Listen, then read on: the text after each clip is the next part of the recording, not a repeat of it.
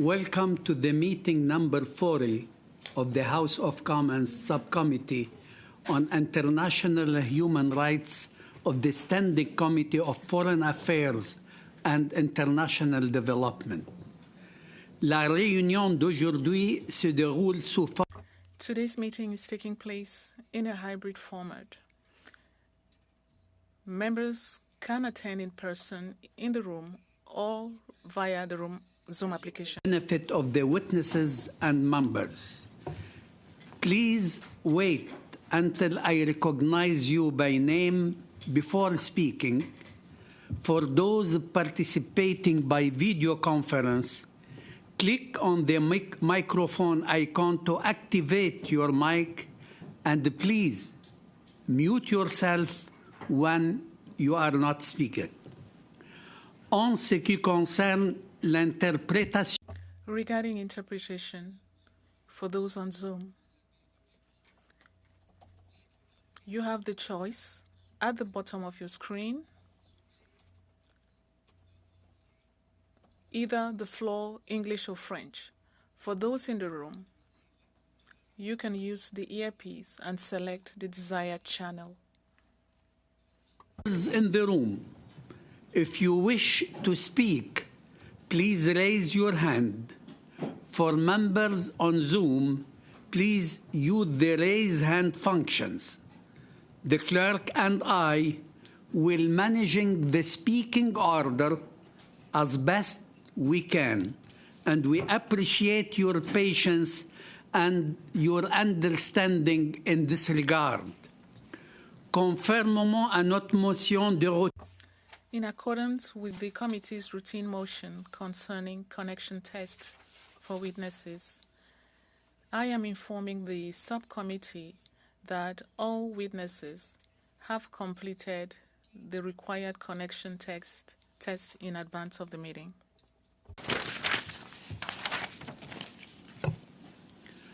Now, please join me in welcoming the witnesses.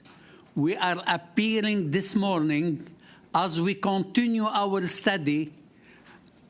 Please join me in welcoming the witnesses who are appearing this morning as we continue our study of international disability inclusive education. From CARE Canada, Ms. Nidhi Bansal, Director, Program Quality and Impact. Mr. Imral Hassan, Chief Program Officer. From Humanity and Inclusion Canada, Madame Anne Delorme, Directrice Générale. Ms. Julia McGowan, Director, Inclusive Education. From Plan International Canada, Inc., Ms. Lindsay Glasgow, President and the Chief Executive Officers. Mr. Peter Sims, Senior Education Advisor. From Right to Play International, Ms. Suzanne McSack, President and the Chief Executive Officer. Ms. Tracy Evans, Director, Global Partnerships. From Save the Children Canada, Mr. Danny Glenwright, President and the Chief Executive Officer. Ms. Sarah Moorcroft, Senior Education Advisor. From World Vision Canada, Mr. Michael Messenger, President and the Chief Executive Officer. Ms. Tiahna Ridley Padmore, Policy Advisor. Thank you all for being with us today. You will have a maximum of 5 minutes for your remarks, after which we will move on to questions with members of the subcommittee. I will let you know when you have 1 minute left. We will begin with CARE Canada. Thank you for agreeing to appear. Ms. Bansal and Mr. Hassan, the floor is yours for 5 minutes. Please go. Good morning. Thank you, Chair, and thanks to this committee for inviting us to share CARE's experience on international disability inclusive education. My name is Imrul Hassan. I'm Chief Program Officer of CARE Canada, and I'm joined by Nidhi Bansal, Director of Program Impact. CARE is committed to equitable access to inclusive education and skills development for children living with disabilities. We particularly seek to address additional underlying barriers to education faced by vulnerable girls living with disability. We have all heard the staggering data that 50% of children with disabilities in low and middle-income countries are still out of schools. Crisis, conflict, climate disruption. These are just a few other formidable barriers to inclusive education for many children living with disabilities. In many countries, we do not even know how many children living with disabilities are not able to access education because the data is simply missing. Imagine this child living with disability is a girl. Her chances of accessing or completing her education are further diminished. From our own study, we found while boys in most cases are most likely to experience disabilities, girls across most contexts are more disadvantaged by disability due to a confluence of restrictive gender norms and disability-related stigma. In particular, adolescent girls with intellectual impairments are at a higher risk of experiencing sexual violence. These challenges are further amplified in fragile context and humanitarian emergencies. A case study in northern Uganda, a CARE study in northern Uganda found that both boys and girls who experienced war, injuries, abduction, forced recruitment, and ill health were significantly less likely to complete their education, and disabled girls were the least likely group to attend school. We can take this northern Uganda study and apply to all those children who will survive today's war with significant physical, emotional, and psychological injury. The need for gender-responsive, disability-inclusive education is more urgent today than ever before. Canada has been playing a leadership role to promote inclusive and gender-responsive education. Today, we offer two key recommendations for Canada's continued leadership in disability-inclusive education. From our experience at CARE, the first thing needed is significant investment in strengthening systems to deliver disability-inclusive and gender-responsive education. Yes, we need more funding for programs that ensure that children living with all types of disabilities, especially girls, and those in conflict contexts, can continue to learn in healthy, inclusive learning environments with access to critical support, such as trained teachers and accessible infrastructure. But equally importantly, investment is needed in supporting education to propose progressive education policies, building capacities of teachers to integrate diverse needs of all children, establishing quality standards, and promote innovative assistive technologies for disability-inclusive education. We also need to invest in improved collection of sex, age, and disability disaggregated data and accountability systems. Over the last decades, we have seen improvement in collecting sex and age disaggregated data, but what we need is to make sure we have not only age and sex disaggregated data, but also the data disaggregated by disability, as well as other intersectional variables. I will end here by observing that while there are incredible barriers for children living with disability, we know that each and every effort bring the barriers down a bit lower. The ideal of disability-inclusive education is a continuous process of incremental gains, and every effort and every investment towards this process counts. For gender-responsive disability education, we need to act today to address the multiple barriers and intersecting vulnerabilities. We need financial investments, we need your political leadership. Thank you. Thank you. Good timing.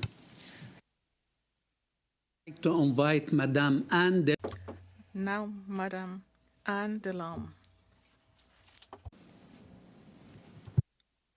Bonjour, merci. Good morning. Thank you for inviting me. Canada has taken significant commitments towards inclusive education, which is part of its feminist international assistance program in all letters of the Minister of International Development. To the contrary, Canada must implement more targeted and specific policies to truly implement these commitments when it comes to inclusive education.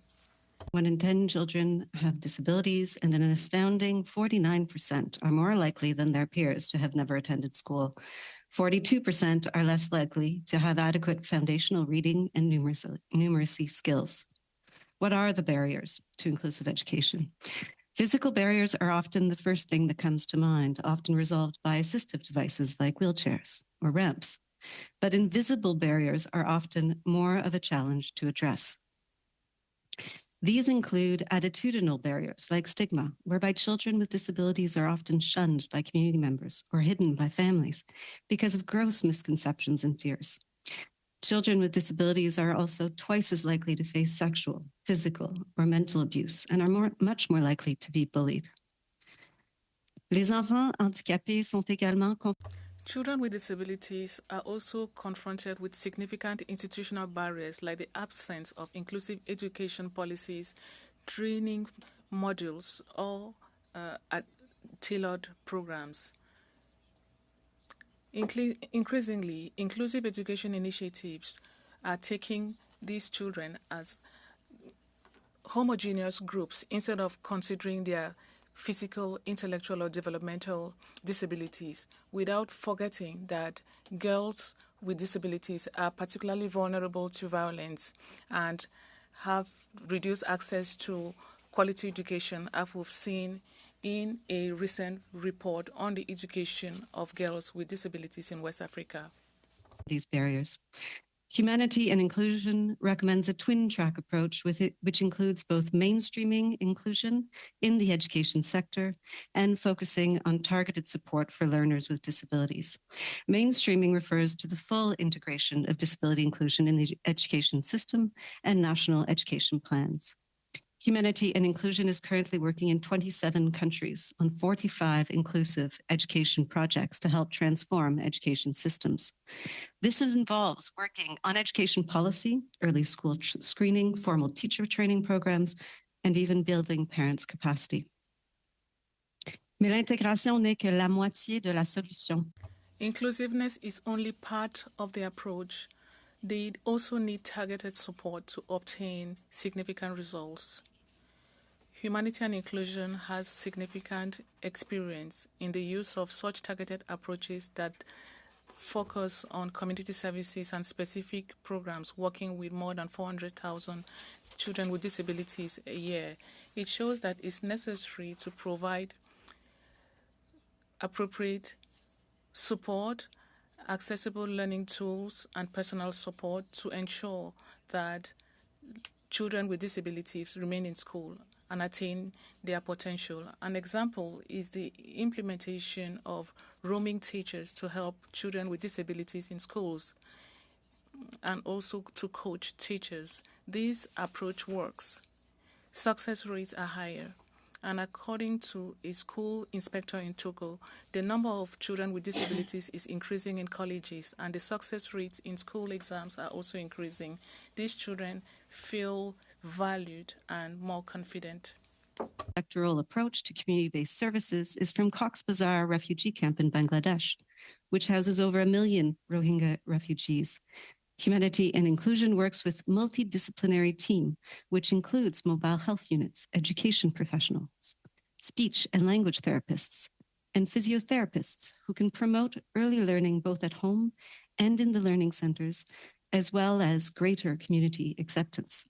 This approach has really benefited young children with physical disabilities, as well as those with autism, Down syndrome, and other developmental disabilities.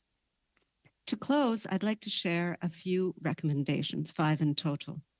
1, We have to ensure that all education programs focus on this twin track approach of providing support to children with disabilities and transforming education systems towards inclusion for all learners, which is in compliance with the Convention on the Rights of Persons with Disabilities. 2, we need to increase funding for educational programs that are focused on or include a dedicated objective on inclusive education. This should include stronger disaggregated data collection methods and also tracking of budgets. 3, inclure la formation à 3, ensure the education programs with a focus on teacher training have a mandate to include inclusive education training with sufficient budget. 4, invest in supporting national and local actors, including local communities, so that they can integrate inclusive education interventions and support them. 5, support the design and implementation of coordinated cross-sectoral strategies and work with various ministries, Ministry of Education, Ministry of Social Welfare, and the Ministry of Health. Thank you for inviting me. Thank you. Now I'd like to call on Ms. Susan Maxwell or Ms. Tracy Evans. One of you should go ahead and speak. Good morning, and thank you, Chair. I thank you for this invitation to be a part of this and for your attention to this important issue of inclusive education for all children. For over 20 years, Right to Play has used play, one of the most transformative forces in a child's life, to protect, educate, and empower children to rise above adversity. Working with children, teachers, parents, and communities, we have learned a great deal about the power of play in improving inclusive and quality education for children. At Right to Play, we firmly believe that taking an inclusive approach means addressing the multiple and sometimes overlapping barriers to education faced by girls, refugees, children in need of psychosocial supports, and especially children with disabilities. By addressing the learning needs of the most marginalized children, it improves the education quality and learning for all.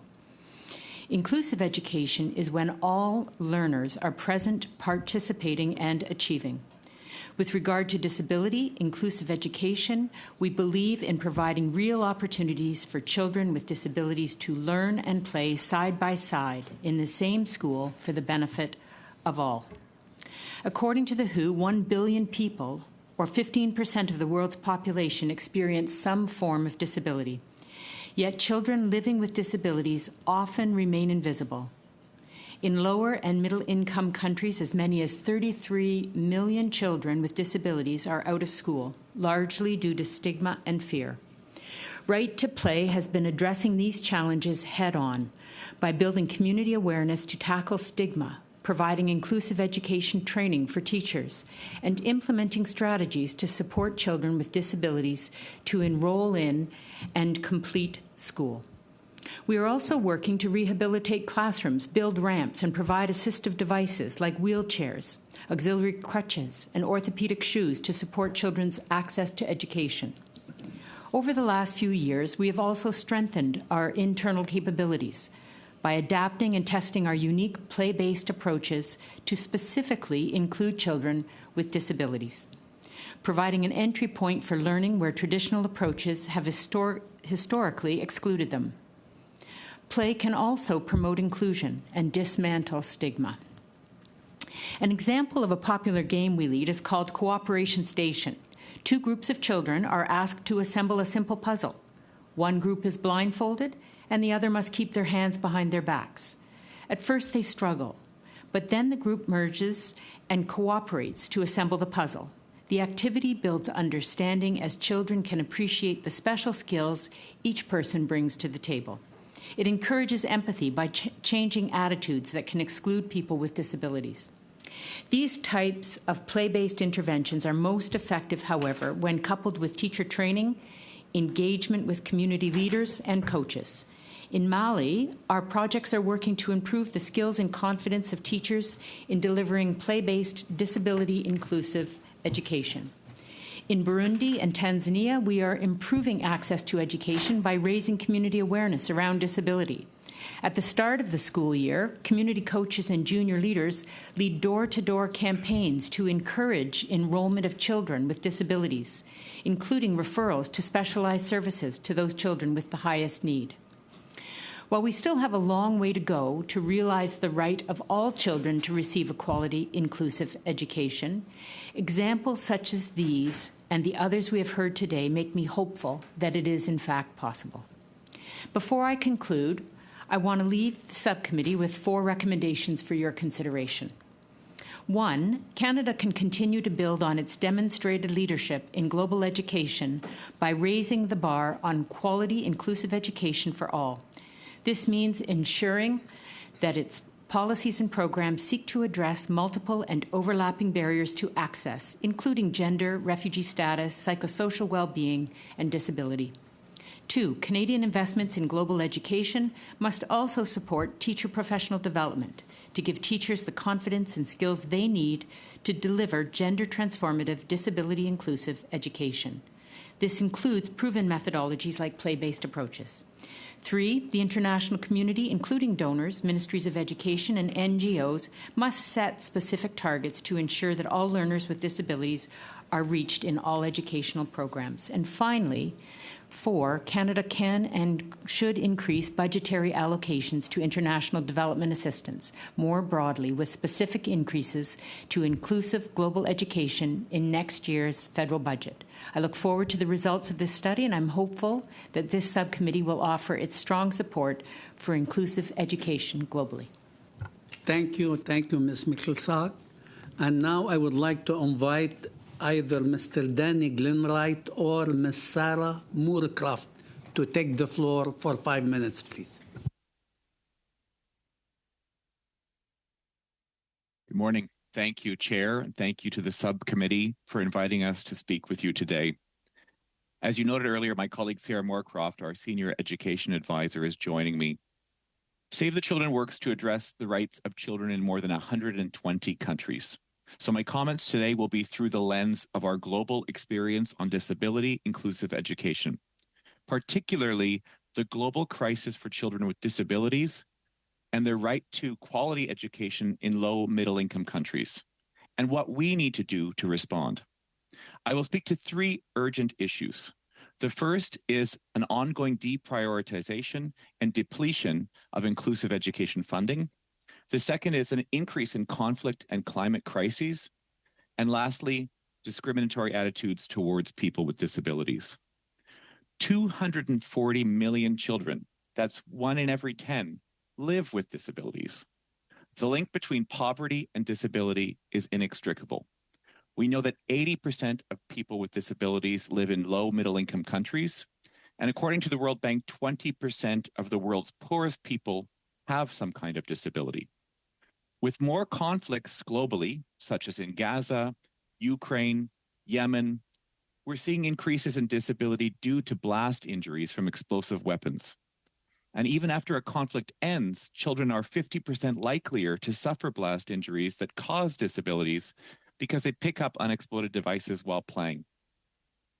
Trauma from conflict and a constant fear of conflict also severely affect injured children's development, their learning, and their future potential. As my colleagues have shared today, almost half of all children with disabilities have never attended school. And this number is higher in many countries, such as Ethiopia, where more than 90% of Ethiopian children with disabilities are out of school today. Why is this? Partly because many of our education systems are on the brink of collapse due to significant decreases in global education funding.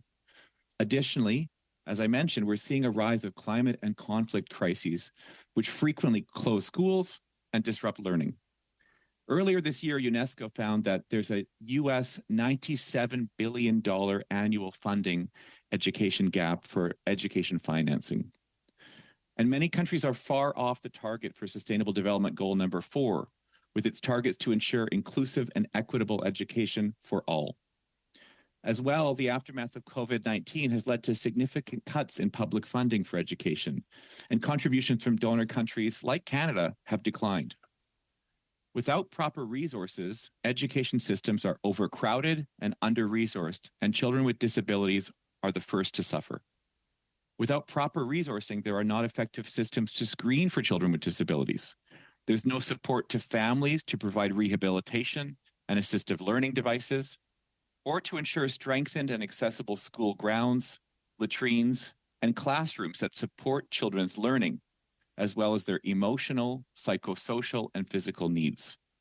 Looking again at the case of Ethiopia and the conflict in northern Ethiopia, we know the education system in Tigray was not operational in 2021, which made it impossible for 1.3 million students to even go to school. When the conflict spread to the Afar and Amhara regions, more than 4,300 schools were either damaged or destroyed. That meant that an additional 1.9 million children were unable to continue their education in those two regions. A crisis is not neutral. Education for children with disabilities is deprioritized or forgotten during the crisis. Already out of school, these youth are invisible in education and emergency and recovery plans. They're seen as a curse, a misfortune, a cause of shame for their families and their communities. Teachers see them as a nuisance. Ministries see them as too expensive with little return. We know, of course, that none of this is true, but these discriminatory attitudes silence children with disabilities and impede their rights. The situation is unacceptable. As Canadians, we have the power and the means to act, and we must. We must prioritize investment in global education with and for the most marginalized children, particularly in low middle income countries and in fragile places, some of which you've already heard about today. Education is life-saving. It's the pathway to peace and security for all of us. Canada has long been a leader in global education. Now we need to revitalize our strategy for resilient, inclusive education to ensure that no child is left behind. Today, we'd like to recommend that Canada renew and scale its global education funding, that we continue to focus on inclusive education agenda for the most marginalized and one that is grounded in an intersectional approach, and that we target emergency areas most impacted by climate and crisis. I'll leave you with final words today from Maysoon, a 15-year-old girl from Sudan who uses sign language, and she has sadly witnessed countless verbal and physical abuses towards deaf children in her 15 years. She says children should know their rights and how to advocate for them. You must provide children with education and the means to protect themselves from violence and harassment, especially those with disabilities. Thank you. Thank you, Mr. Glenwright. And now I would like to invite either Mr. Michael Messenger or Ms. Tiahana Ridley-Padmore to take the floor for 5 minutes, please. Thank you, Chair and committee members, for inviting World Vision to contribute to this important conversation. I'm joined by my colleague, Tiahana Ridley-Padmore, who brings a policy background in education and social inclusion. For over 70 years, World Vision has operated as a relief, development, and advocacy organization, delivering programs and insights in stable and fragile contexts. And with our programming and a support network of supporters here in Canada, we work across many sectors, including education, to respond to the needs, particularly of the world's most vulnerable girls and boys. And we're pleased to provide testimony in support of this important study. I visited Peru last year, and there I met Wilmer. He was a young man who had suffered a spinal injury while swimming while he was a young teen. He fought for his life for 15 days in a coma. He spent 3 months in a hospital requiring a tracheotomy to breathe. The accident took a tremendous physical toll on him, leading to lifelong physical disability. He was unable to walk, limited use of his hands and arms, and had to rely on others for many of his basic needs. But Wilmer faced more than just physical disability. He told me when we talked about his struggle with mental health, suicidal ideation, social stigma, and economic exclusion. Along with learning how to navigate a body that required different things, Wilmer also had to learn how to live in a society that was persistently telling him that he was somehow now of less value. Now, in places where we work, for many children and young people like Wilmer navigating disabilities, the commonality is actually not disability itself, but rather the obstacles and barriers, physical and invisible, that societies impose on them. And Wilmer's story is just one example of the needs of our communities, civil society, and decision makers to create enabling environments where all children and youth, especially the most vulnerable, can access equitable outcomes and enjoy a high quality of life. And education is key. Now, in Wilmer's case, World Vision's Youth Ready Education and Life Skills program, he received customized support, training, and mentorship, seed capital, and he was enabled to start a successful welding business. And today he proudly owns a growing small business that supports his family. And Wilmer's story is one of many, and I feel proud we were able to provide support through education. But I'll be frank, at the same time, at World Vision, like many organizations, we have a long way to go. For every young person that we've worked with to improve access to life-saving and life-sustaining support, there are countless children and youth with disabilities that we've left behind. Perhaps because we didn't bring an inclusive lens in understanding the communities with whom we work, or because we didn't adequately take into account the particular needs of children who would benefit from inclusive approaches to education. I remember visiting Zambia and talking to a disability activist who, after I was telling him about how proud I was that we were doing better in reaching the most vulnerable in communities, he challenged me by asking how we were reaching children with intellectual and developmental disabilities who were so stigmatized in that community that they were often hidden away from our community workers. And our usual approaches, even though they were community-based and supported, simply didn't look hard enough to ensure we were really taking an inclusion approach. And with that, really 3 messages for you today. First, from our experience, children and youth with disabilities possess invaluable expertise regarding their own experiences and needs, and we need to listen to them.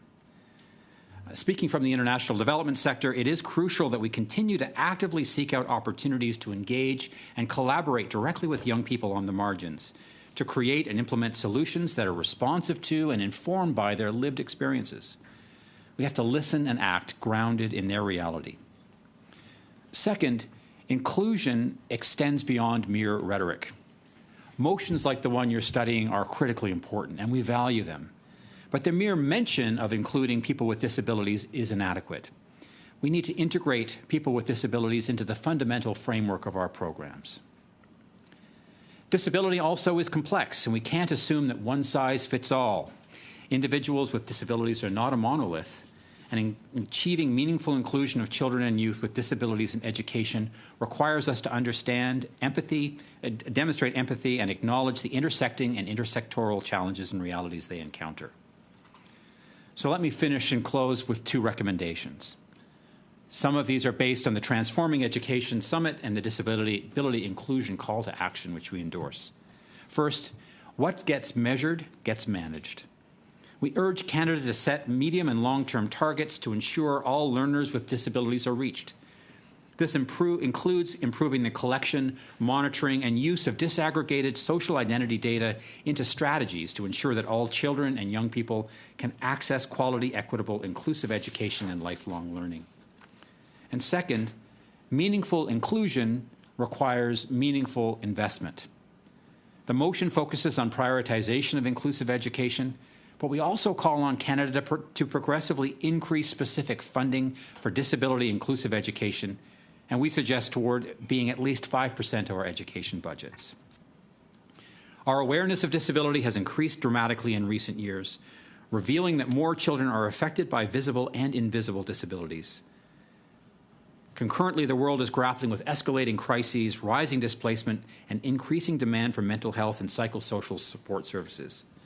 But we can't keep standing by and watching as our goal of creating a more fair, just, and equitable world by 2030 slips farther and farther away. Canada can step forward to ensure that all children are given the chance to live life to the fullest, to be protected, and to achieve their full potential. Thank you for the opportunity to share today.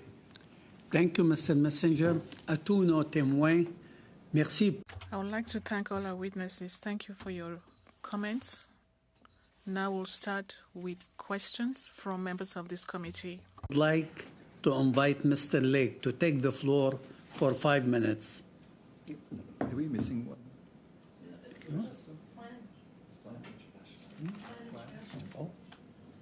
No, we don't have. Did you call on Ms. Glasgow? Yeah, Mr. Yes, she's.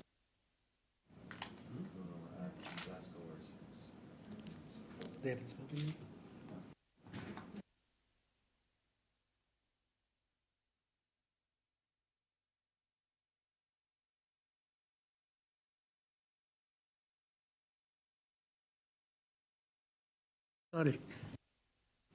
Sorry, donc I would like to invite either Ms. Lindsay Glasgow or Mr. Peter Sims to take the floor for 5 minutes, please. Sorry. Thank you, Mr. Chair, and to the members of the Subcommittee on International Human Rights. I am here today with my colleague Peter Sims, who's Plan Canada Senior Education Advisor, and it's a true honor to be here along with our fellow witnesses to share our message of the necessity of prioritizing and investing in disability inclusive education. Plan International Canada is part of a global federation working in 80 countries, and we focus on children's rights and gender equality for girls in all their diversity. Plan delivers $200 million a year of education programming, working directly with those who are most marginalized. Across the countries where we work, we see that children with disabilities stigmatized and facing violence, abuse, and maltreatment. We also see children with physical, intellectual, or sensory impairments are continually denied their right to education. Education systems around the world are failing children with disabilities with disastrous consequences. We know that today around 240 million children around the world have a disability. We also know that almost the same number of children are out of school. But these are not unrelated statistics. Half of out-of-school children in the Global South have a disability. And the problem of out-of-school children is, to a significant extent, a problem of the lack of inclusive education. Children with disabilities face significant barriers both in and outside of school. They're less likely to enroll in school, less likely to meet learning standards, and less likely to complete any stage of education. Their absence from school also means that they miss out on school meals, they miss out on health campaigns such as vaccine programs, and consequently, they face higher health risks. In short, children with disabilities are excluded from the short and long-term benefits of education. Their needs are clearly not being met. Plan International prioritizes the rights of women and girls in our programming, and we see that gender is a significant barrier to education for children with disabilities. Even for those in school, girls with a disability are 10% less likely to finish primary school than boys with a disability. Disability intersects, exacerbates, and is itself a product of wider inequalities, most notably poverty, gender discrimination, and the existence of conflict or crisis. Let me tell you the story of Munira, a girl from Borno in northeastern Nigeria. One day, like all girls do, she was walking to fetch water and was hit by a car. Her leg had to be amputated, leaving her with a lifelong mobility issue. For girls like Munira, going to school was already a challenge because she lives in a community where ongoing conflict and repeated insurgent attacks on schools are terrorizing children and making parents afraid to send them back to class. In fear, many families choose not to give their daughters an education. And not getting an education, we all know, exposes girls to greater risk of gender-based violence and early and forced marriage. The fear of Munira's parents in sending their daughter to school was now compounded by the fact that their daughter had a disability. They didn't think a girl with disabilities could make use of an education, and they chose to keep her out of school. But Munira discovered an accelerated learning program through an awareness session held by Plan International. She tentatively inquired whether she, a girl with one leg, could join. And you can imagine she was thrilled when the answer was a resounding yes. With Plan support and with funding from the Canadian government, Munira returned to school with classes tailored to fill the gaps in her education and with accessible facilities to ensure she could attend and learn. Munira's story is illustrative of the challenges girls face in crisis situations and how those challenges are multiplied for girls with disabilities. Plan International integrates disability inclusion into all of our education programming, but I have to confess we could do so much more. Disability rarely exists independently of other vulnerabilities, including age, gender, extreme poverty, conflict, and fragile contexts. Understanding the intersectional nature of disability is central to ensuring that we are able to bring about lasting change. In conclusion, Plan International recommends, like all the other witnesses here, increase investment to make sure children with disabilities are not left behind. Investment is vital to address the needs and uphold the rights of children with disabilities. We also recommend new approaches in disability responses, which are truly inclusive and address the intersectional nature of disability, including gender inequality. This involves engaging people with disabilities in defining the solutions and ensuring that they are at the table. Thank you. Thank you. And now we would like to pass to question and answer by the member of the committee. I would like to invite Mr. Mike Lake to take the floor for 7 minutes, please. Thank you, Mr. Chair. And let me just start by just saying a huge thank you to all of the witnesses here today. I know that I've known many of you, most of you, all of you for a long time, and I have found that as we've driven this conversation, there has never been any lack of willingness to have the conversation and to take on tough questions.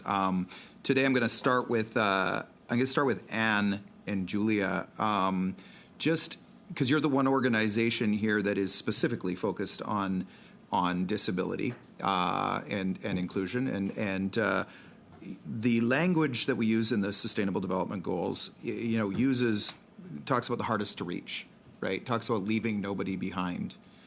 When we talk about the hardest to reach and people left behind, in your experience, how hard to reach are people? I'm going to focus specifically on developmental intellectual disability.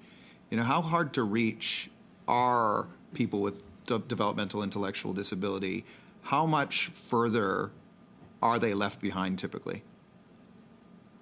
Thanks very much for the question, and also thanks for inviting us to this panel. I think you're really right to start with that question there, because typically they are the least, the most disadvantaged, the most likely to be not enrolled in schools, not accessing schools, and even if they are in schools, they might also not be able to access a quality education even when there, which is something else I think we should highlight. So in terms of, it's the smallest number. I think it's under 1% or something. Typically, it's very low, the percentage of children with the most severe disabilities or most complex needs who are able to actually access education. It's a very small percentage.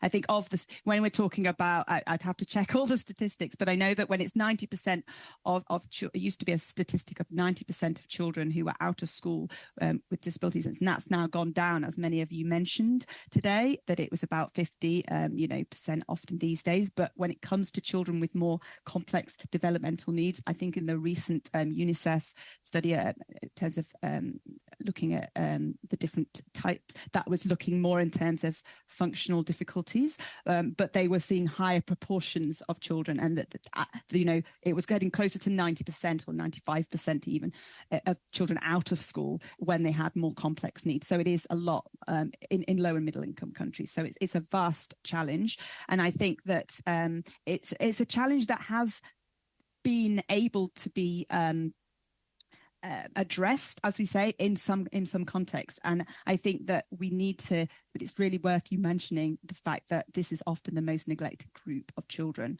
and particularly in terms of the actual support that's given. So I think it's worth mentioning that. But there's also a lot of good things we can say about what has actually been achieved in some places and what can actually be done to support children with those different types of needs, as we mentioned. As we're talking about potential solutions, again, kind of in the big picture a little bit, but Susan, I'm going to look at you and right to play. When I think about potential solutions, the world is focused significantly on education. It might not be enough. I mean, obviously, we've got to do a lot more broadly on education, but I think more than $4 billion towards the Global Partnership for Education, over $1 billion towards Education Cannot Wait, just to name the two big organizations globally that are working on these issues. But it strikes me from personal experience, from my son's experience in school, that when he was included in the classroom, it helped everybody else to be better. That wasn't why we included him in the classroom. It was all about Jaden. But ultimately what we learned is that every other kid was better off for having him included there. Right to Play does amazing work. And I think that you do amazing work at trying to reach, harder to reach kids. What do you find to be the benefits for the kids without disability when you include people with disabilities in Right to Play programming? Thank you for the question. The benefits definitely are multifaceted, both for the children that are being included as well as their peers, and we have a lot of evidence globally to support that. In terms of their peers, we see a lot of social emotional growth, increased empathy, and also ability to work with and engage with people with different types of disabilities. And I think what we're trying to mimic in the classroom by promoting an inclusive environment is what both children with disabilities as well as their peers are going to face when they go out into the wider world. I think the challenges and the barriers that we face in segregated education systems is that they are not reflective of the eventual reality that both individuals with disabilities and the rest of society are going to have to engage with. And so a classroom provides a safe, inclusive environment in which everyone can learn how to interact with one another. And this is not just children with and without disabilities, but boys and girls, refugees who are, learning in different contexts. So the education system provides a nice environment in which to do that. And we firmly believe that play specifically opens doors to foster that kind of engagement and allows children to learn these life skills in a way that makes sense to them. I have a very short period of time in this one. So I'm going to go back to humanity and inclusion. Any advice for the other CEOs around the table as they're thinking about the work that they already do, the really important work that they do, on how they might maybe work with humanity and inclusion to take action on something that we all agree is a pretty significant issue? Thanks. Yeah, I think first and foremost, highlighting that whatever you do for children with disabilities is going to benefit all children. So don't see it as a separate thing, because oftentimes they will, they will say, invite us to come and work with them, but then have it as a siloed thing as part of the overall education program. And this should be embedded across all of the aspects of the program, not just maybe a little section on disability inclusive education for teacher training or something, or, accessibility. That might be what people might assume, or counting the numbers of children with disabilities in the classes, or something around, data collection, but not across the board. And actually, the best way of including disability inclusive education is literally at all levels, embedding it everywhere. And until you do that, it's not going to be true inclusion, disability inclusion. And sometimes it's a bit of a, I'm not saying that everybody might do this, but there can be a sort of disability washing mentality around, ticking the box for doing disability inclusion, but not doing it throughout the whole program. So I would say that would be my biggest piece of advice and that inclusion does cost money. So, you can't allocate a really tiny amount of funding, 2% or something, on disability and expect that your entire education program is going to be fully inclusive. It will be absolute drop in the ocean. So I think also going back to the funding point and being mindful of actually to do it well, it actually should be given a sufficient budget allocation. Thank you, Ms. Migwan. And now I would like to invite Ms. Anita van den Ven to take the floor for 7 minutes, please. Thank you very much. I have several questions, but I would like my first question to go to you, Ms. Glasgow, because you spoke specifically about gender and about the particular discrimination of girls with disabilities. And one of the things you mentioned is the higher proportion of these girls that face gender-based violence and early enforced marriage. I was wondering if you could talk a little bit, elaborate a little bit about the the differences in gender, but also specifically if it is also important not just to have education for these girls or for gender nonconforming individuals, but also sexual health education. Thank you very much. Indeed, gender is a huge issue. Multi-country estimates show that girls with disabilities are more likely to be out of school than boys with disabilities. And they face all of these other significant barriers, some of which you referenced. And one of them is healthcare. And it is access to sexual and reproductive rights. And there are a whole variety of other access issues which they're facing in terms of healthcare specifically. Girls with disabilities and girls in general, as you mentioned, experience heightened rates of gender-based violence. They're also facing communication and cultural barriers due to stigma, reporting incidents, and accessing referral services where they do exist. And this is all compounded in special education institutions where girls with disabilities are often more isolated from their support networks. And, they're likely to have significant ramifications for survivors' mental health, motivation, access to school. So even if the infrastructure is there, the barriers presented to them in terms of their ability to access and speak out verbally and the cultural implications are huge. And so they just don't do it. This stigma and these cultural barriers are seen at the community level. They're seen at the family level. They're seen with the parents. Parents are reluctant to send their daughters to school. And of course, when there's economic hardships or the crisis situation that I spoke to earlier, these are all barriers that girls are basically confronted with daily. Thank you. Thank you very much for that. My next question is for Ms. Delorme. One of the things that you mentioned that struck me was early learning. And when we talk about education, we usually think about grade school. We're not necessarily looking at the preschool or the early learning. I wonder if you could elaborate on that.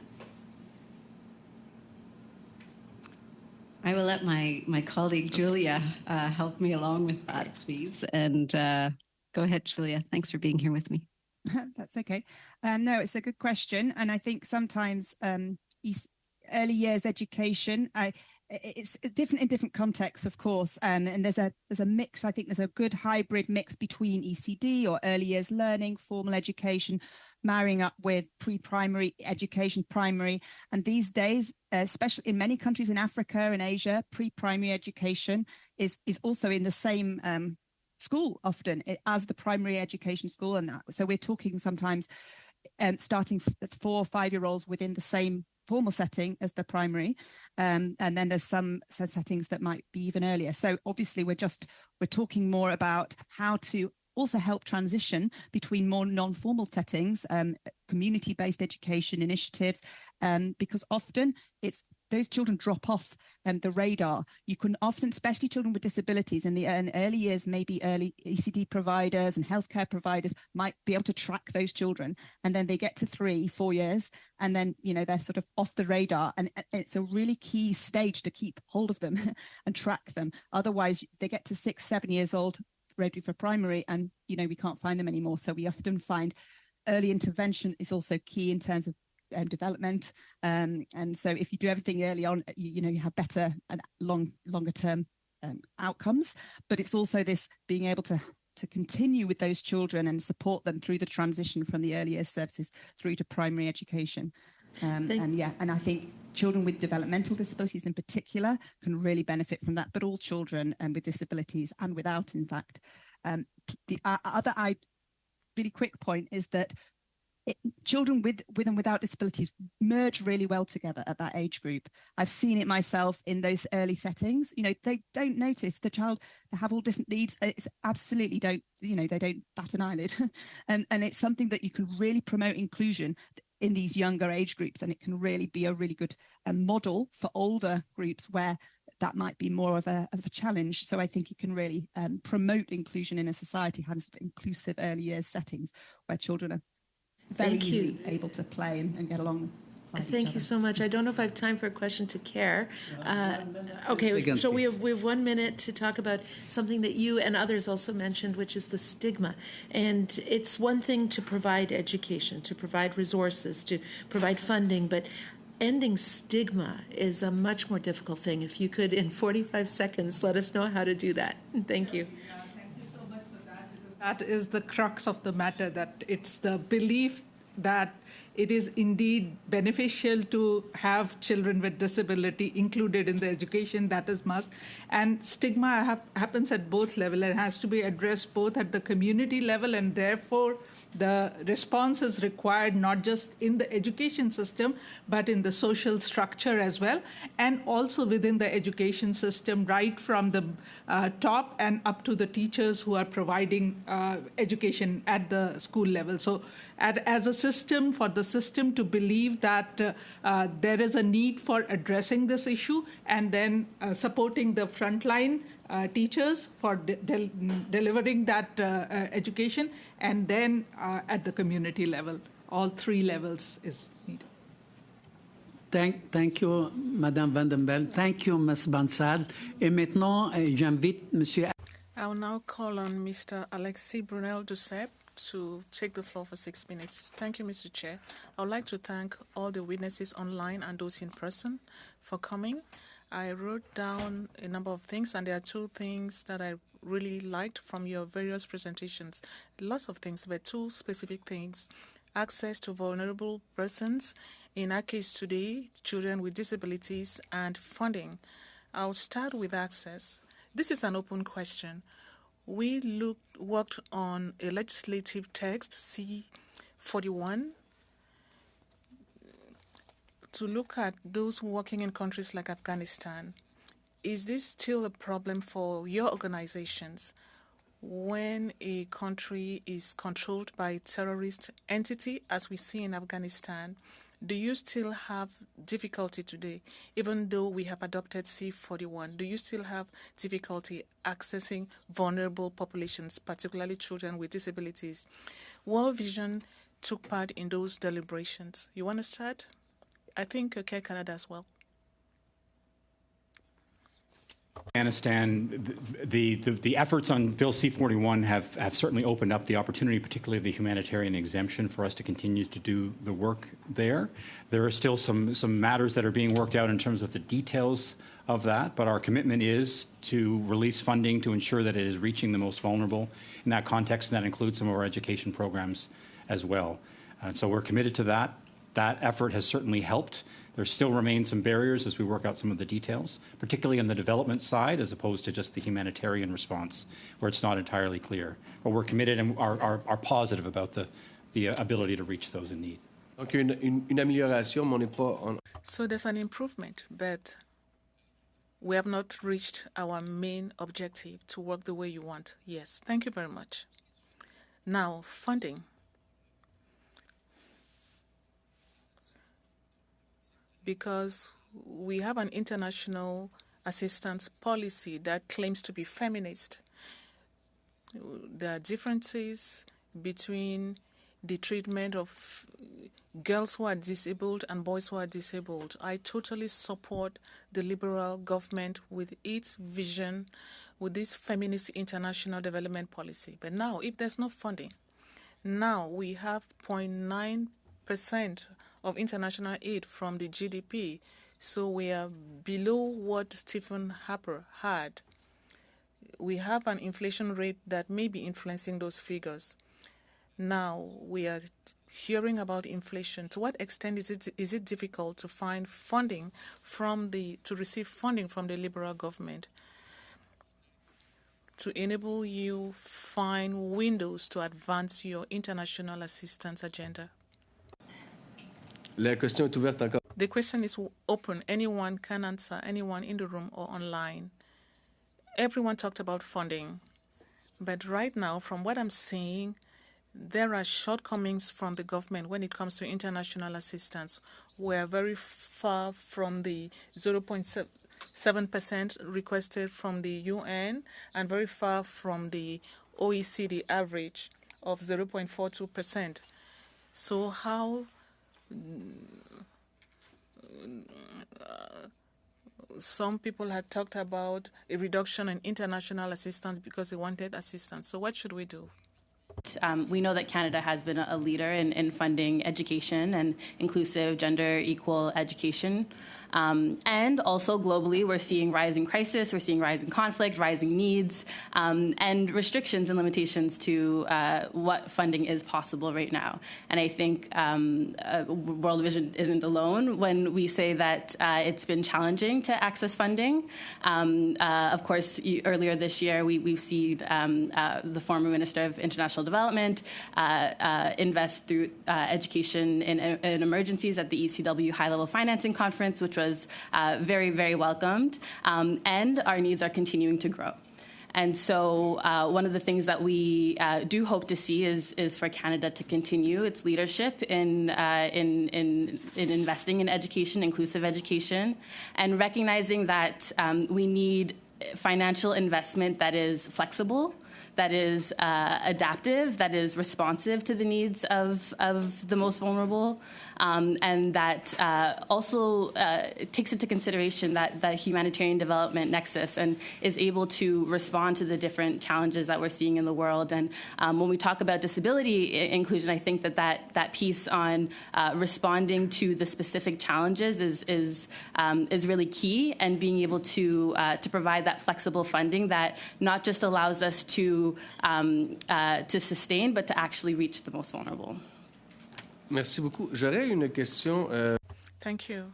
I have a question for Humanity and Inclusion Canada. Well, some people wanted to answer. You can go ahead. After that, I'll answer. I think, Madame Delorme, you wanted to answer. I don't know if you know, but we are in a very difficult budgetary context in the Canadian government. So the messages we're getting is that there's no funding. What we're also seeing is that programs that are targeted for people with disabilities, and those that include these strategies, are the first to go because they're very costly. It's costly to go reach out to children with disabilities. And I'll also like to come back to the question asked by Madame Vanderbilt on sexual education. Those are the first projects to go, to be cut. It's the same thing in all countries. It's the most vulnerable who are the first to be at risk, who are the first to lose when there are budgetary cuts. Merci, Monsieur Sims. Thank you. Mr. Sims, I think you also raised your hand. I'll be brief because I know time is short. It is about money. It is about the amount of money. And yes, there is never enough. But I think before that, we should also be aware we can do more with the money that we have at the moment, I think, and be slightly better. And that's in a couple of ways. And this also relates to what Ms. Vanderbilt was saying. We can bridge between sectors a little bit better. Inclusive education isn't just solved in the education community and by ministries of education. We can link with ministries of health and ministries of protection, ministries of social protection as well. Bridging together some of the services that are currently splintered can take us a long way. Then we can look at where more targeted additional money should go. J'ai encore du temps, Monsieur le Président? Do I still have time, Mr. Chair? 10 seconds. Very well. There'll be another round of questions. Thank you. Now I would like to call on Mr. Alexandre Boulouris. You have 5 minutes. Thank you very much, Chair. Thank you, all witnesses here today to discuss this very important issue. My first question goes to Save the Children Canada. We all know that for some weeks now we've been seeing the dramatic events happening in Gaza with the indiscriminate bombardments. I would like to hear what Save the Children Canada thinks. In your opinion, what are the consequences of these bombings on children with disabilities in Gaza? Current consequences and possible future consequences. Sure. Thank you very much for the question. You know, one of the reasons that we chose to focus on fragile places today, especially those affected by conflict and other crises, is because, as some of my colleagues have shared, this is where children with disabilities are forgotten first. This is where they suffer the most, and this is where we are most worried. And the example of Gaza is a good one because we've all been watching this unfold over the last several weeks. And we know that the destruction that's been caused there is going to take months and years to rebuild. The education system alone, we've seen more than 300 schools have been damaged or destroyed. That's more than half of all schools in Gaza. And we know that more than 10,000 children have suffered injuries. And many of those injuries will be life-changing injuries, and they will result in disabilities that children will be grappling with for the rest of their lives. Not to mention the infrastructure that's been damaged. So those who have mobility issues will struggle to get to school because many roads have been damaged over the past several weeks. So this is why we highlight the importance of addressing this, especially in places of conflict, because conflict is increasing. And this example in Gaza is the most recent conflict that we've all been seeing. Save the Children have been working in Gaza since 1953, in many cases in education. And part of why I mentioned it as well is in many of these places where we've seen vast strides around education and inclusive education, conflict will set that back and make it a challenge for us to meet the Sustainable Development Goal around education. And I haven't even mentioned sort of this psychological and mental health effects of what's unfolded in Gaza as well, which will affect so many children there. Before this latest escalation of hostilities, we know that children in the region, 3/4 of them were struggling. They were, struggling to focus in school. They were reporting anxiety. Mutism was on the rise, where children lost the ability to speak. So the impacts of conflict on children's education are immense. And I think it's a critical area for us to be paying attention to. And we're certainly relieved to see the pause in fighting in Gaza, and we hope that it holds. Thank you.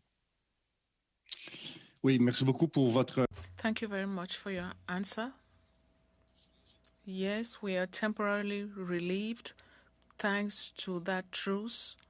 But as you know, we are asking for a total ceasefire. In such conflicts, the media usually talks about people who lose their lives, but we hardly hear about the injured.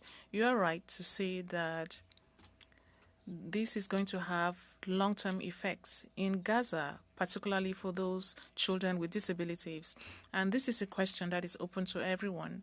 What role should Canada play to help in this extremely particular situation? My colleague talked about Afghanistan before, but in the case of Gaza, what role should Canada play to help the children in Gaza? Madam McEwen, you want to take the floor? I see. Raise hand, please. Yes, thank you very much for the question. I mean, I think that just to add to what others have said, it's just important to get the message out there about what the effects of this is doing to children in Gaza, and ongoing effects of children with disabilities before, but also now children with new injuries and disabilities, and the overall effect. So, I mean, Canada can play a role by highlighting, being able to spread messages. There's many organizations who are there doing lots of important work, but finding out the testimonies, finding out what's actually happening on the ground. So being able to help promote and explain what's happening so that people are aware is really important. And we have a report coming out, always included before, during, and after a crisis, for example, but there's also advocacy, weekly advocacy notes that are happening week by week, just to update the situation, to share what's actually happening on the ground, how we're supporting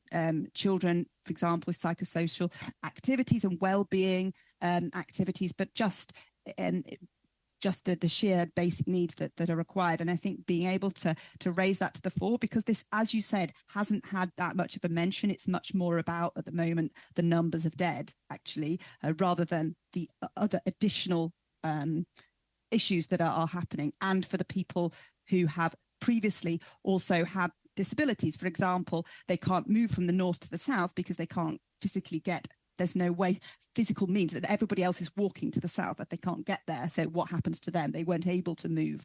These kinds of testimonies that, aren't really out there in the media. So I think helping to promote that would be really helpful for Canada to be a part of. Merci. Merci beaucoup. Thank you very much. Madam Megan, follow up. A while ago, you talked about the notion of intersectionality. To what extent, or to how should the government's approach include intersectionality in its approach when dealing with children with disability? Anyone would like to answer, ou à qui vous adressez? Madam Megan. Madam Megan, she should give more information about the notion of intersectionality. Is that me?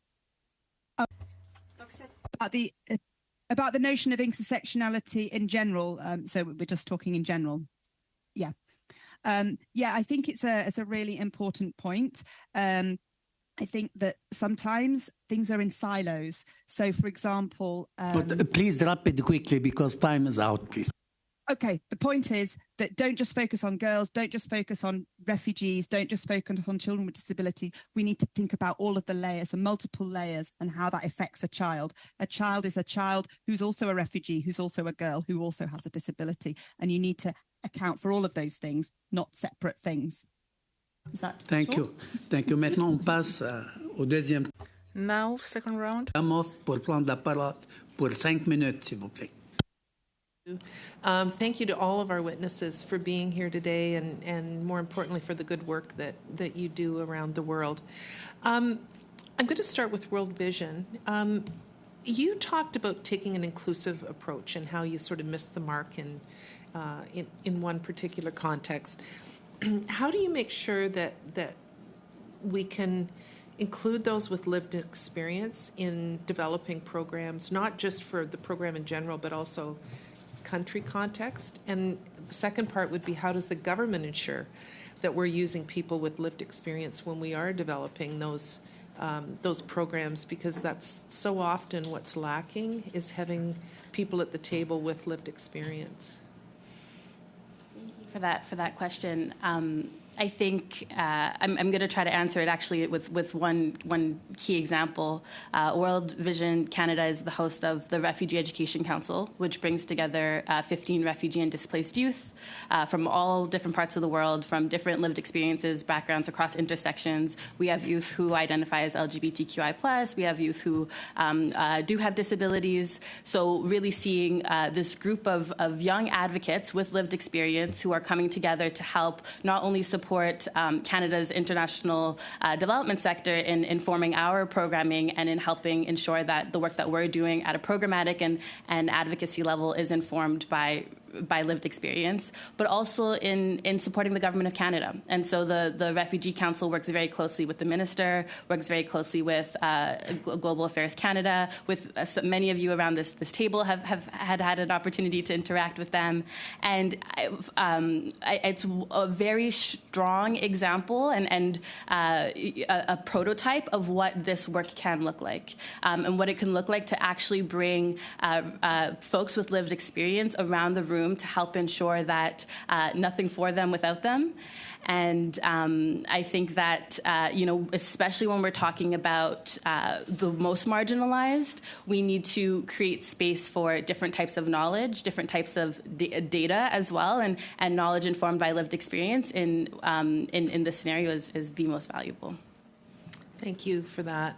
My next question is for Humanity and Inclusion Canada. You talked about how inclusion costs money, but I wonder if you could talk a little bit about how longer term it actually saves money. Do you want me to answer? Yeah, if you can. If not, I think it's someone else to answer. But No, I can answer. That's fine.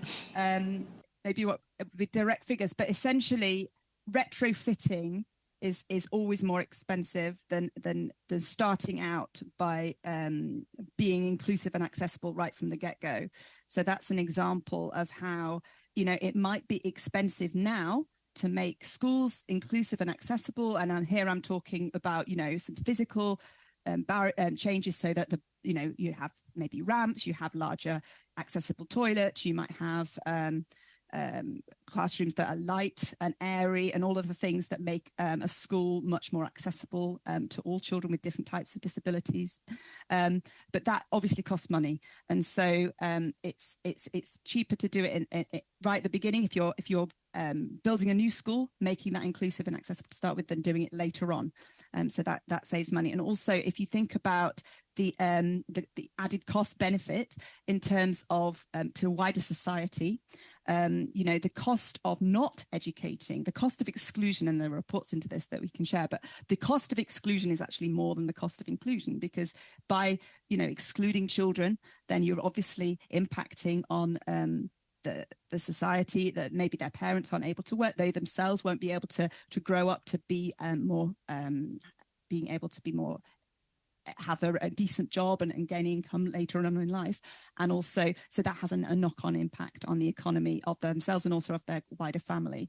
So that, I think there's also, we should also think about the costs, less about the economic cost, but also about the wider cost in terms of having an inclusive society in general has an important cost to society. If a society is closed and inward looking and not inclusive, that's not the society we should be advocating for. So I think it's also outside of the economic question, but there are studies to look at the actual rates of improvement for economic cost for the GDP of a country by educating all children and not leaving out a section of children because it's not accessible. Thank you very much. Thank you, Mr. Donald. Time is out. And now I would like to invite Mr. Lake to take the floor for 5 minutes, please. Well, thank you again, Chair. Mr. Sims said earlier, and Anne touched on sort of there's been some conversation generally about budgets and challenging budgets, I think, globally right now under the circumstances that we're in. And Mr. Sims said we can do, put forward a challenge. We can do more with the money we have, not discounting the possibility of more funding, but talking about bridging together what we have now. In disability inclusive education, there's like a call to action. I don't know how many of you are aware of this call to action or have read it, but the call to action just has 3 main points in it. It's a 2-page document, and the 3 calls to action, I guess, in a sense, are: number 1, to progressively increase budgetary allocations for disability inclusive education towards being at least 5% of education budgets. So talking about the percentage of budgets, presumably, that already exist around the world. Number 2, set a medium to long-term target to ensure all learners with disabilities are reached in all education programs, recognizing that at least 10% of learners in any country will be learners with disabilities. And then the third one is to ensure all education programs and grants mainstream disability and include disability inclusion criteria and targets. So those are the 3 asks of the call to action. I'll point out that at this point in time, and you know what these things are like, not everybody is even aware that this conversation is happening. People are at different points in the process. I'll note that World Vision and Humanity and Inclusion and Save the Children, as of right now, I think are signed on to this call to action. At this point, the other 3 of your organizations, to the best of my knowledge, aren't at this point in time. Can I just ask, is that something for plan and for care and for right to play? When you hear me say those 3 things, are those things that seem like they would resonate with your organizations, and maybe we just need to reach out to encourage you to sign on to what seems like a fairly easy thing to support? I'll start with plan. Yes, I can jump in there. Yes, even though Plan isn't technically a signatory of that call to action as yet, that's a procedural fact. It's not because we have any issue and we completely commit to those sectorial gains. We actually have slightly ambitious ones in other areas as well. No, the nature of the development industries means that we sign these things in slightly different ways. But no, those three commitments are the absolute priority. It's absolutely priority, but I'll add one more here. Sure. We've been talking about it. A number of people have mentioned this. Measuring and having data, I think we quite often forget is that how difficult it is to get data in any circumstances. Forget about going hard to reach population with data, right? So I hope that is a part of the mix, and we're able to really up the game there so that we can not only get the data that helps the programming, but also measure the progress that can show progress over the time of the commitment. Absolutely. And Susan? Yes, Mike, we are supportive. I'm not trying to trick anybody. So it's like one of those things that I think sometimes the conversation has, and we're looking for steps, incremental steps that we can take in the right direction, right? And we want to turn that into action. The two-pager has, talks about the twin track approach and other things. It also talks about the Washington Group Child Functioning Module, which I think lots of folks understand. Maybe some have had some input into that sort of early diagnosis and kind of understanding. Can I just ask, I'm going to go to you, Michael, if I could, or World Vision broadly, but this could apply to almost anybody in the group. Talking about that bridging that Peter was talking about, you're already doing work on the ground in however many countries each of you are doing work on the ground in. You've got, workers, focused on children's health, going door to door in many communities. I've seen it on the ground, Michael, in World Vision's case, going door to door, talking to families, and yet kids are getting left behind, right? To what degree could you hardwire an awareness of what developmental disability looks like into that sort of door to door work that you're already doing, so that and especially if we're working on tools that you can then offer parents in terms of help, to what extent could we do a better job of hardwiring that awareness into the work that you're already doing? In 20 seconds, please. 20 minutes. Some of that work we are already doing on the ground. There's in a number of regions where we provide teacher training on disability inclusion, disability education, where teachers are equipped with sign language, where teachers are equipped with being able to assess and respond to various special needs, where teachers are even able to identify special needs and disability that learners may not have received a formal diagnosis on, and then are able to support and work with parents and the community to ensure that those learners are equipped with the right supports. So we are doing some of that work already. I think when we talk about the gaps and some of those shortcomings, it is in that it is in some of those more deliberate pieces. So ensuring that disability inclusion is not an add-on, but it is actually foundational and core to how we approach this work. The same as how we think about gender. When we talk about reaching the most marginalized, we want to make sure that we are intentionally building that into the core of our work. Thank you. Maintenant, j'aimerais inviter Monsieur. Now I'll call on Mr. Alexis Brunel Duceppe to take the floor for 5 minutes. Thank you, Chair. I'll come back to you. Madam, I wanted to ask you a question before, but I did not have the chance. There's no good or bad answer. We're here to improve the situation. That's everyone's objective. I was surprised to hear other witnesses who came here before you say that it would appear sometimes in Canada it's difficult for Francophone children to receive specialized services in French. And some of these families are turning towards English language services. So from your experience, have you heard any such thing, particularly for children with disabilities who are Francophones living outside Quebec? Anyone could answer after you. Unfortunately, no, we work mostly abroad. But I could tell you that in general, Francophone communities in West Africa usually have high rates of lack of access to education. That was going to be my next question. Madame Delorme, and you work in many countries. World Vision is also everywhere, same.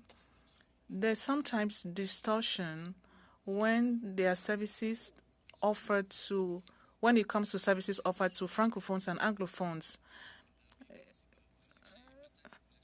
Madame Delorme, maybe you could tell us what could be some possible solutions to this problem.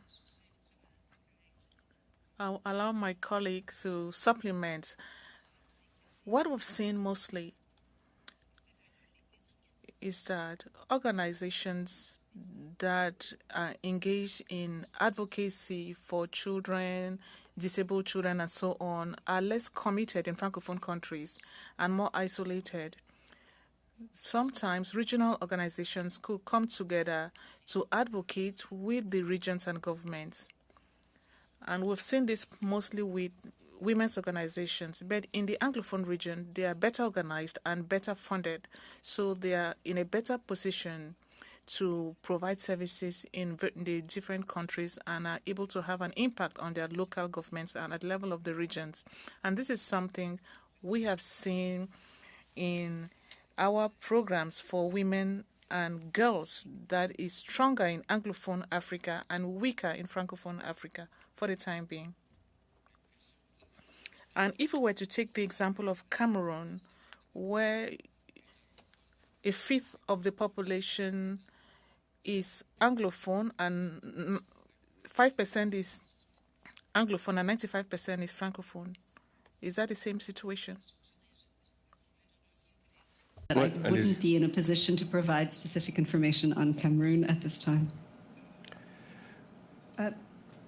I can't answer on the Cameroon. I was going to add that I think on the positive side, in West Africa, there is quite a strong coalition, ANSEFA and also FOAF, that are focused on education for all. It's an education for all movement, which includes children with disabilities, and that is actually quite a strong movement. So I think that's a positive thing, because that is amongst the Francophone countries within that region. And I would pick out, unfortunately, don't know for Cameroon, but in terms of other countries where we're actively working on inclusive education, it's across the Sahel, including Burkina Faso, where there's strong stuff going on in terms of teacher training on inclusive education.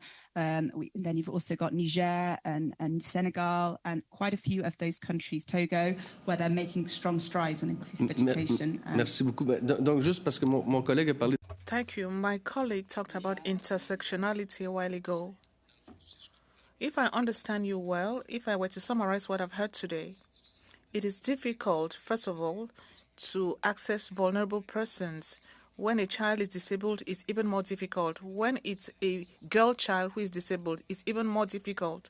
When it's a girl child who is a Francophone, there are even more difficulties. Am I correct? All those elements of intersectionality, I would add some additional ones. For example, conflict-affected countries, more fragile contexts, marginalized populations, displaced people as well. In terms of our experience from a Francophone, Anglophone, or other language context, our operating model is very similar, community-based, civil society-based. I was in Mali and Mauritania earlier this year and had a chance to see that work, which is very similar in other places in East Africa, for example. More the elements of poverty, questions of gender exclusion, social inclusion, those are the more similar pieces that we've seen. But we haven't done a study on the difference, particularly in the Francophone contexts. Merci, Monsieur Alexandre. Thank you, Mr. Alexandre. Now I'll call on Mr. Alexandre Bouleris to take the floor for 5 minutes. Merci beaucoup.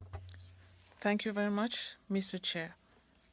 My first question goes to Humanity and Inclusion Canada. You are present in close to 60 countries. I would like to hear you explain to us how your organization is leveraging new technologies and innovation to improve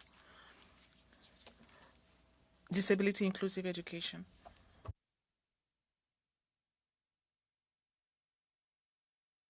Donc, I'll invite complete me. en parlant d'innovation. Talking about innovation,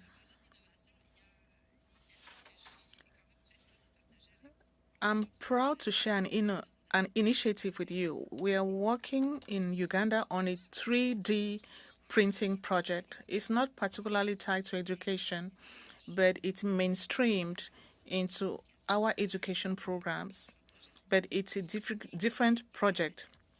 But with 3D printing, we are able to produce prostheses for children with disabilities. And what is special about this is that it's developed in the community, in the hospitals. So we are helping to develop local capacities. And these are growing children. So you can imagine we always have to redo the prosthesis. So this 3D technology helps us come up with prostheses that the children can use to play. They can use them to go to school. They can use it physically. So this is transforming the lives of these children. That's an example of innovation. Just to add briefly, in the education-specific sphere, I would say we're embracing the use of edutech or technology for education, specifically to also support children who might have communication difficulties. So alternative augmentative communication, sometimes known as AAC. We're trying to support, for example, in Rwanda, I know that we're working with children who are struggling to communicate, and we're using free apps you can get on your tablet or your phone to enable them to be able to communicate through voice icons, which means that they can communicate in the classroom. Also, we've used tablets and phones to enable children to learn sign language remotely during COVID. And actually, they've continued to use these different learning apps as well as going to school to help them to pick up sign language and also help parents to also learn sign language. This was something happened in Nepal that we did a specific sign language app in Nepali. So yeah, we're trying to embrace it in terms of both for teachers, for helping to train teachers through different websites and platforms to enable teacher training, but also for children themselves, where appropriate and where those infrastructure is available for them to access technology directly. Merci beaucoup. J'aimerais savoir. Thank you. In your opinion, has the Canadian government done enough to support development and the purchase and use of these new technologies to help children who have specific needs? Is it part of our strategy? Are there investments and programs that take into account the use of these new technologies and these new devices?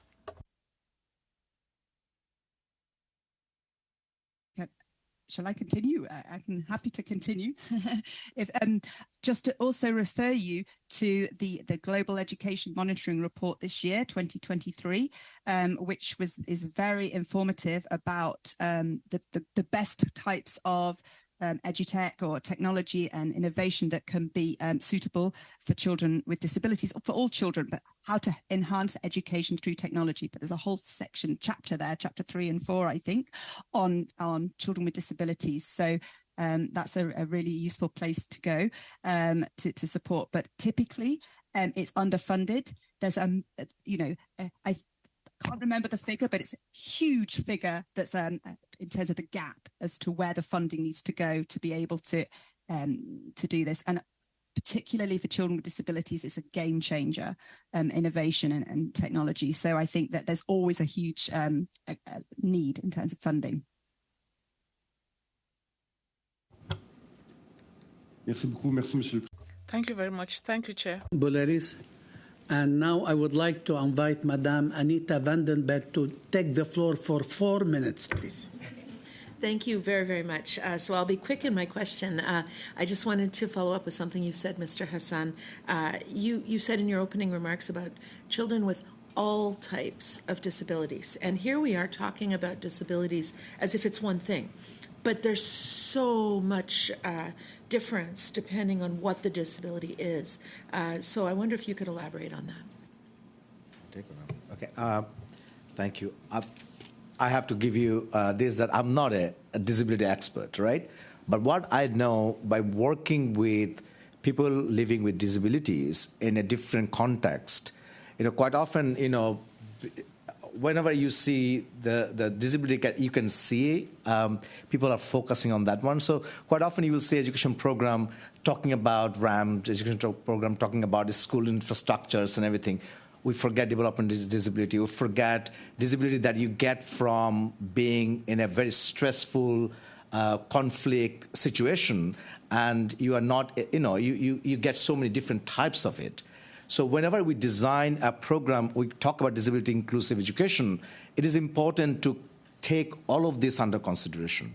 And that's why I go back to the same narrative that I have been talking about, is the data. Now, you collect data about disability of children, and if you are not able to really understand different types of disability and train people to collect data in a very consistent manner, you will never be able to capture that narrative to inform your strategy. So that's why we're saying it's not one size fit all. We need to really understand these different types and different implications on your strategy and programming.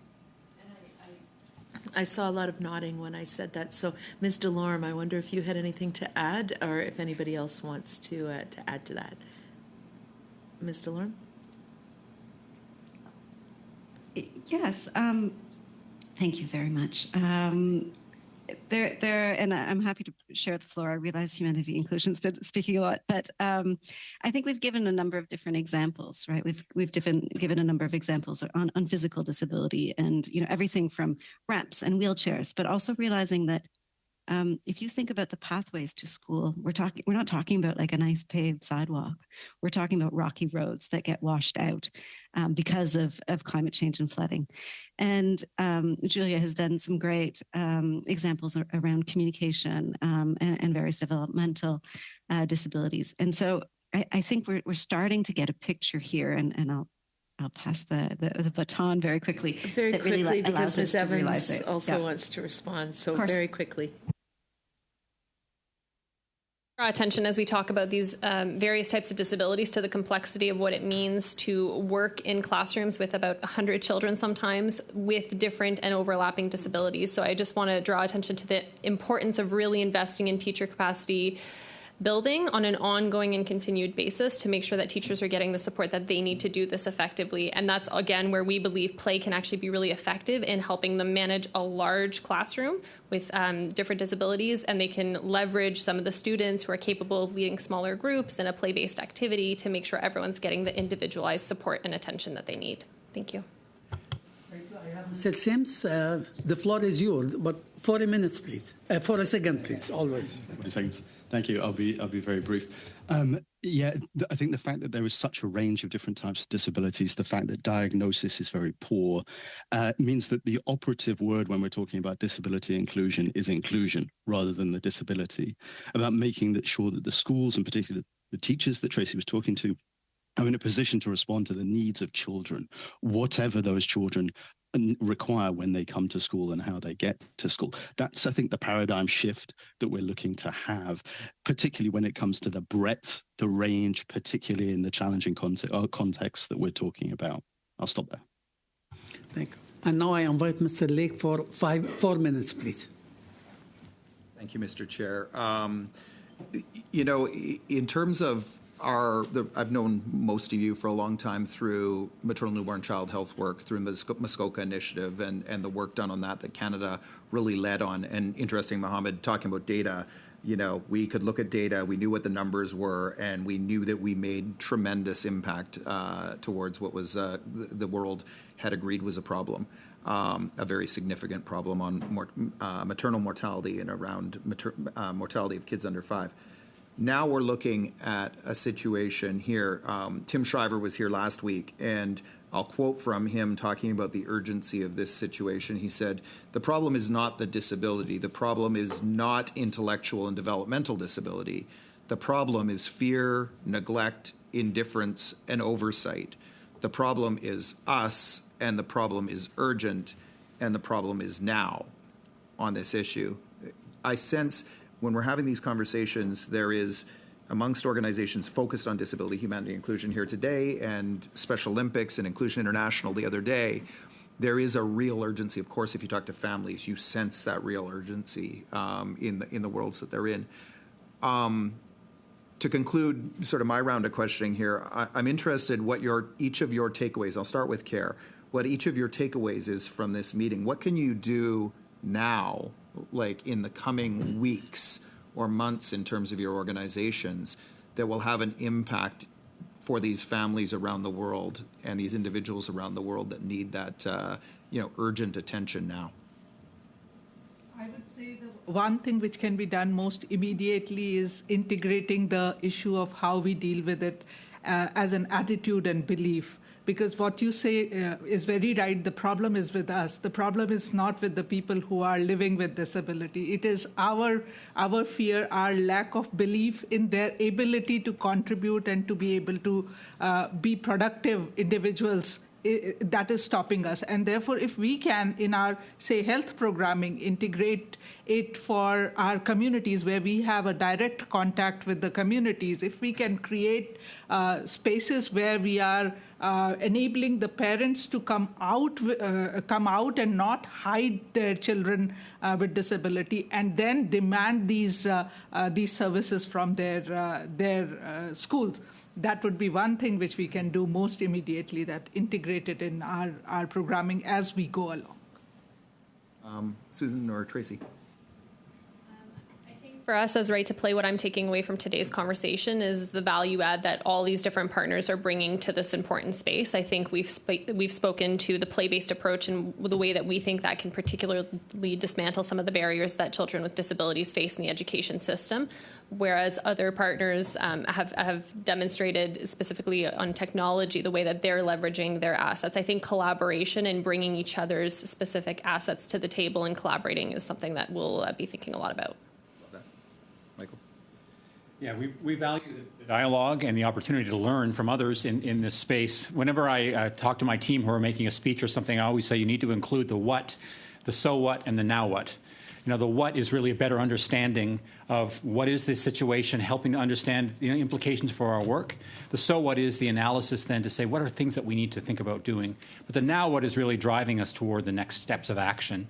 One thing in particular, maybe Tiana can speak to it, is the Global Refugee Forum and the conversations around disability and inclusion in that space, which is happening very soon.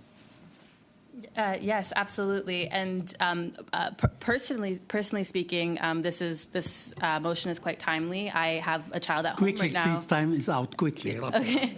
I have a child at home right now who's currently out of school due to disability and not being able to find kind of structures and resources to support her learning needs. And what does that look like in the context where access to education is already so barriered? And so the Global Refugee Forum, which is taking place in a couple of weeks, offers an opportunity for Canada to ensure that disability inclusion is central to how we're doing this work and how we're investing in education and committing to education. And so in terms of our immediate steps is to ensure that that remains central and part of the core to those discussions. Thank you. And now j'aimerais inviter Monsieur Brunel Duceppe. Now, Mr. Brunel Duceppe, you have 4 minutes. Thank you, Chair. I would like to echo what Anita said a while ago. This is not a monolithic block, but I would like to add something to that. And Madam Evans, almost everyone talked about this, the implementation of various projects in the areas where you work. You need to adapt to the norms and cultural specificities of the area. You don't deploy projects in the same way everywhere. For example, in Mali, when there's project financing or funding, there has to be flexibility in project criteria. I would like to hear what you think, Mr. Hassan, Mr. Hassan first. Absolutely. I think you just said the most important thing here is the context that will make it very different. Like you know, it's an example of Mali.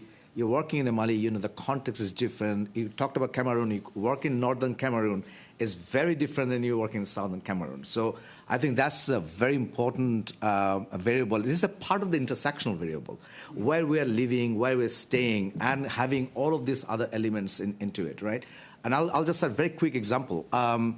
I lived in a village called Kita in Mali, and I had an opportunity to really see the difference between even one village to another village, despite the fact that they're in the same district. And the intersectional identity and a background they bring in, I think that basically define what kind of programming you need to do. So bringing this all disability narrative, bringing all the intersectionality, I think is very critical to understand. Your programming will be different, your cost structure will be different, your approach will be different. I totally agree with you with that. I'll just explain in English to be very clear. I think we've spoken very well to the different contexts and the ways that those intersect, but even within the same context, especially the fragile context that we've discussed at length today, what we see is constant evolution, and what worked one day can rapidly not be functioning the next. So in terms of what we need to be effective in this space is flexible and responsive funding that enables us to pivot and be agile to the ever-evolving needs of the situation and the children that we're trying to serve. I'll build on what my colleague has just said, because I think it's really critical. For many, many years in our long-term development community-based work, that's exactly what we've done. Moved from instead of from the top decision on what needs to make a difference in the context of communities in need, it was listening to their needs, identifying their strengths and opportunities. That was always fundamental to the work that we do. When we step then into some of the grant space, though, particularly in fragile contexts, that flexibility and responsiveness is even more critical to be able to meet the needs and understand that. We see that right now with funding we have from the Government of Canada in northern Ethiopia, as my colleague Mr. Glenwright talked. Post-conflict, the needs are far more significant, and it requires flexibility and an ability perhaps to respond to immediate crises and pivot the efforts, the areas of focus, and where funding goes. And to have a system to do that is really key. Merci. Monsieur le Président. Thank you. Excuse me, due to the short in time, I would like to invite Mr. Muscroft to take the floor, but quickly, please. Oh, thank you very much. Sorry, the other spoke. Thanks. So yeah, I think one of the key things when we're talking about funding and the areas of focus is really what we haven't spoken about here today is about learning outcomes and the learning needs, and really putting that at the forefront when we're thinking about what sort of funding and what that looks like and what that's how to respond to in different contexts.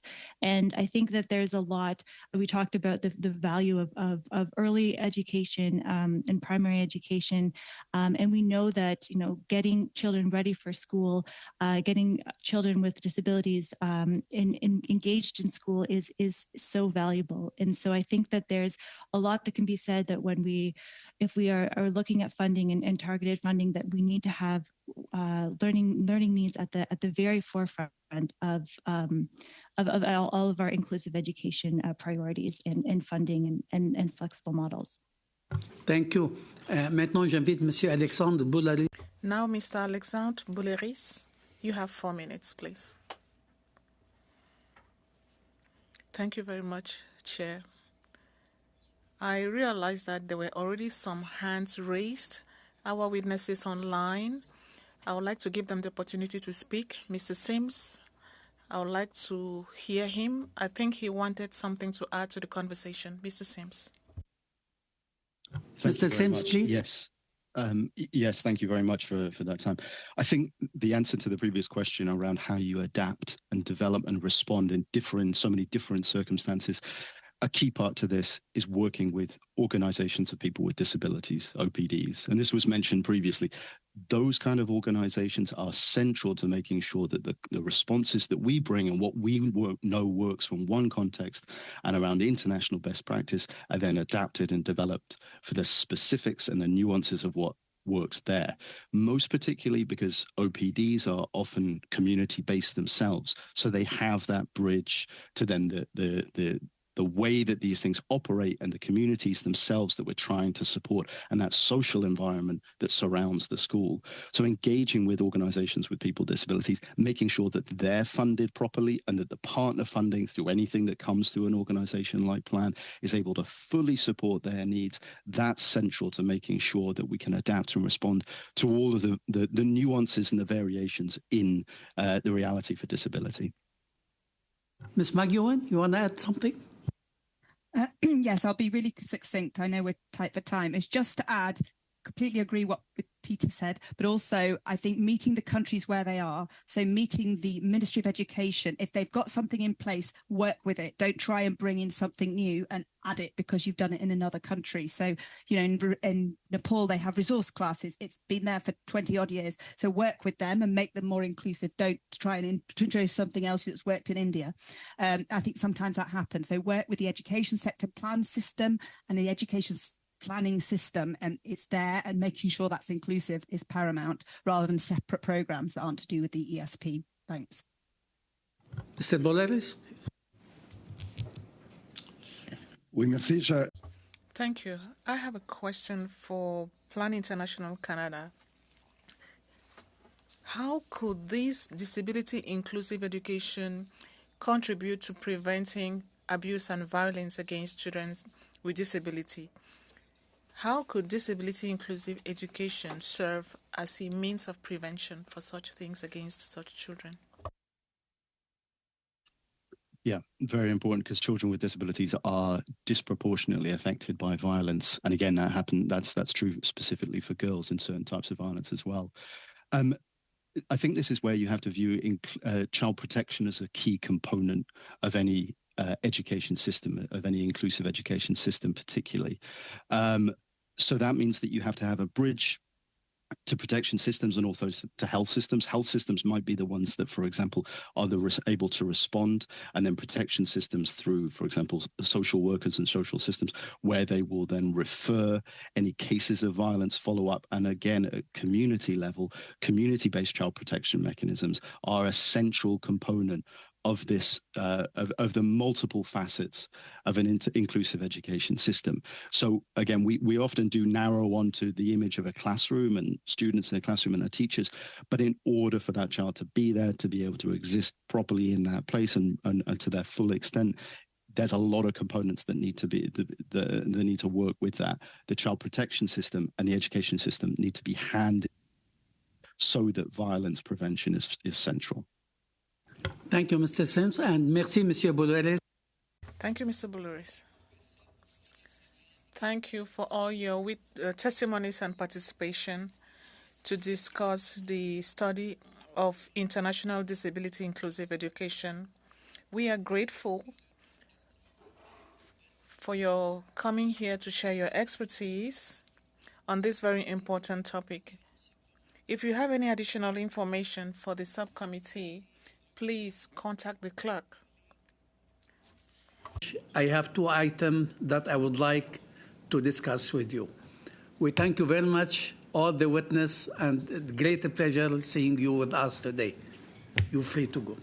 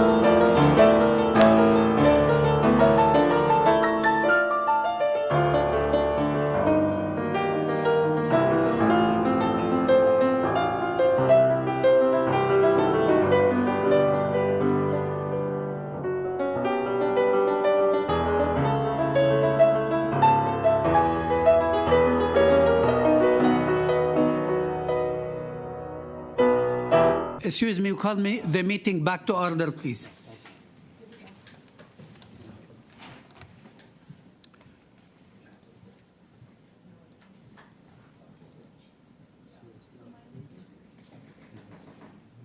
Thank you. No problem. Excuse me, the clerk circulated a draft budget for the study on disability, inclusive education last Friday. Okay. Meeting is suspended a few seconds or few minutes.